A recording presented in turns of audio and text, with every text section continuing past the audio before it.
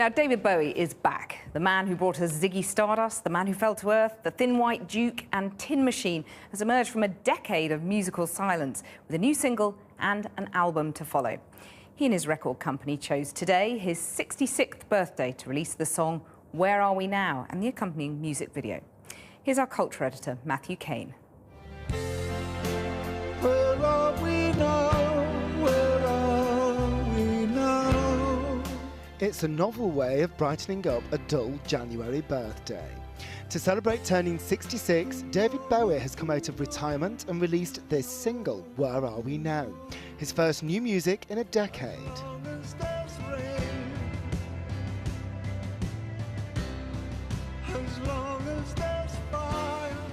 It's a mournful ballad which reflects on the time he spent living in Berlin in the 70s, and it was produced by his long-term collaborator Tony Visconti. As long as there's me.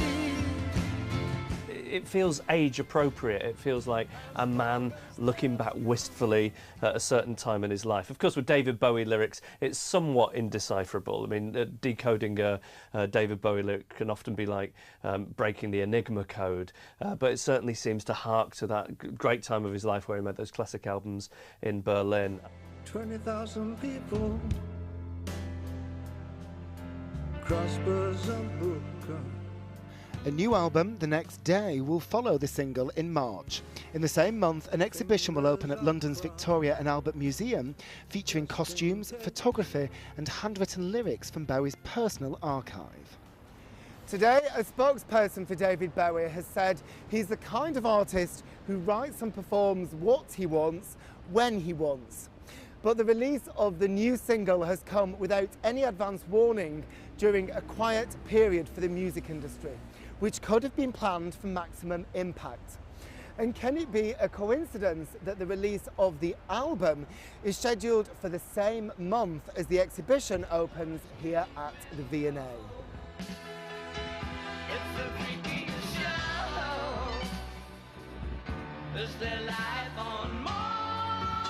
David Bowie became a global superstar in the early 70s. His Ziggy Stardust alter ego pioneered the trend for reinvention, which has since defined the careers of so many pop stars.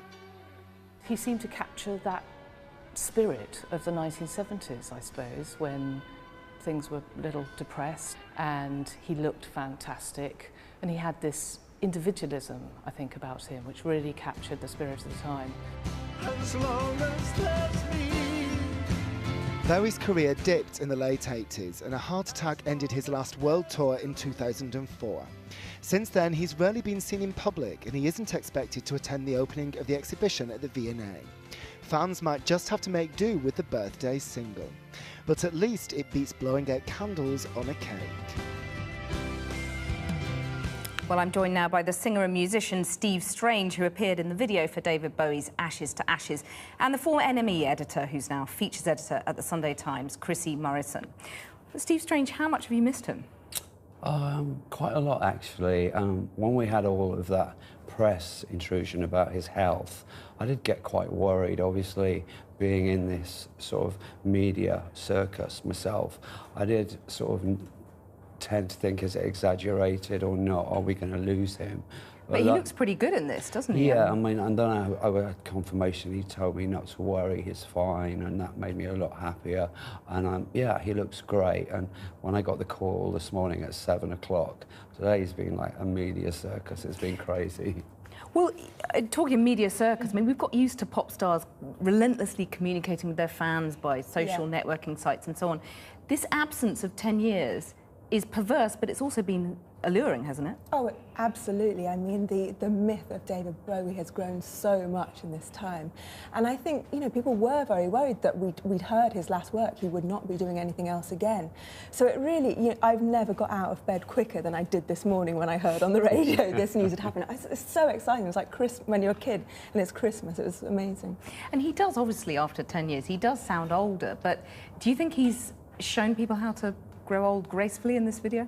I think so, and I also think what he's doing, like myself, I look at the people, the longevity of his so-called, I call them friends, the fans, And where he hasn't done anything for so long, I think where people give somebody a birthday present, he is giving a birthday present to his friends, i.e. the fans, to say thank you for your longevity and the wait. And they've gone wild today, and haven't they've they? absolutely, whoever created this genius marketing ploy, I am very envious because of my new album in March, which is quite ironic because Fade to Grey and Ashes to Ashes, which I appeared in, come out together. So it's a sort of a clash of the Pierrots in March. Let me ask you, who do you think, there's been a lot of speculation about the woman in the video. I know. Who do you think that is? I mean, Bjork's been mentioned.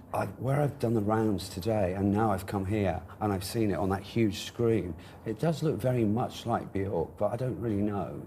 Chrissy, what's your bet? I'm not so sure. No, I don't think it does. Right there it does, but no, I don't think so. Who do you think it is then? I have no idea. I think that's the myth, though, Yeah. what Bowie's created. Again, I think he's done it on purpose. He's most probably, not being rude about the lady, but it's most probably... Someone random.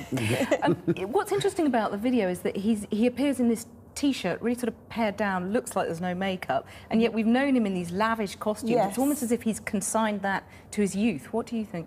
Well, it's also, the video is very interesting because obviously it shows lots of scenes from Berlin, and it's him revisiting. Obviously, he spent a lot of time in Berlin, made 3 albums there, and it's him very nostalgic in a way, the video, looking back on these places that he once trawled, those places that he lived in, that you see the outside views of.